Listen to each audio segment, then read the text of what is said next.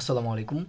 আপনারা ইতিমধ্যে অবগত রয়েছেন যে বাংলাদেশের জাতীয় নির্বাচন অলরেডি শেষ হয়ে গেছে। উক্ত নির্বাচনে বাংলাদেশের ক্যাপ্টেন হিসেবে খ্যাত ঋণখেলাপিদের যে ঋণখেলাপিদের বিপক্ষ হয়ে কথা বলেছিল, সংসদে যাওয়ার আগে যে সকল মানুষের মন জয় করে নিয়েছিল, কুমিল্লা ৪ আসনের প্রার্থী, শাপলাকলি প্রার্থী জনাব হাসনাত আবদুল্লাহ ভূমিধস জয় করেছেন আলহামদুলিল্লাহ।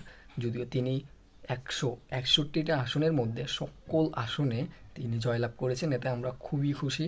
আমরা এরকমই প্রত্যাশা করেছিলাম তার কাছ থেকে, যেহেতু তিনি একজন তরুণ লিডার। তিনি ক্ষমতাকে প্রশ্ন করেন, তিনি কারো পক্ষ হয়ে কথা বলেন না, তিনি ক্ষমতাকে প্রশ্ন করেন, তিনি ব্যক্তিকে প্রশ্ন করেন। তিনি একজন সৎ নিষ্ঠাবান ব্যক্তি হিসাবে এতদিন পর্যন্ত ছিল। আমরা তার প্রতি প্রত্যাশা রাখি তিনি আগামীতেও কারাপ্টেড হবেন না।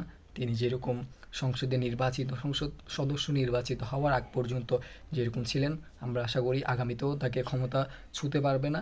তিনি জনগণের পক্ষ হয়ে কাজ করবেন, মানুষের জন্য হয়ে কাজ করবেন, বাংলাদেশের পক্ষ হয়ে কাজ করবেন এবং তার আসন কুমিল্লা ৪ আসনের দেবিদ্বারের মানুষের পক্ষ হয়ে কাজ করবেন। যেহেতু দেবিদ্বারের মানুষ তাকে নির্বাচিত করেছে, তিনি তাদের ম্যান্ডেট নিয়ে ক্ষমতায় গিয়েছেন এবং আমরা খুবই প্রত্যাশা করি যে তিনি আগামী দিনে অনেক বেশি বাংলাদেশের মানুষের পক্ষ হয়ে কাজ করতে পারবেন, বাংলাদেশিদের পক্ষ হয়ে কাজ করতে পারবেন। এবং আমরা তার প্রতি আরেকটা জিনিস পার্সোনালি আমাদের পক্ষ থেকে তার প্রতি আবদার থাকবে বা দাবি থাকবে যে আপনি অন্তত জনাব হাসনাত আবদুল্লাহ, আপনি অন্তত সংসদে দাঁড়িয়ে যেভাবে আপনি বলেছেন বিজয়ের পর যে জনাব শহীদ শরীফ ওসমান মীর হাদির বিচার করবেন, ঠিক একইভাবে সংসদে গিয়ে আপনি যতদিন পর্যন্ত না আমার ভাই হাদির বিচার হচ্ছে ততদিন পর্যন্ত আপনি সংসদে এই বিষয় নিয়ে কথা বলবেন এবং যতক্ষণ পর্যন্ত বিচার সম্পূর্ণ হচ্ছে ততদিন পর্যন্ত আমরা আপনার থেকে এই জিনিসটা প্রত্যাশা করছি।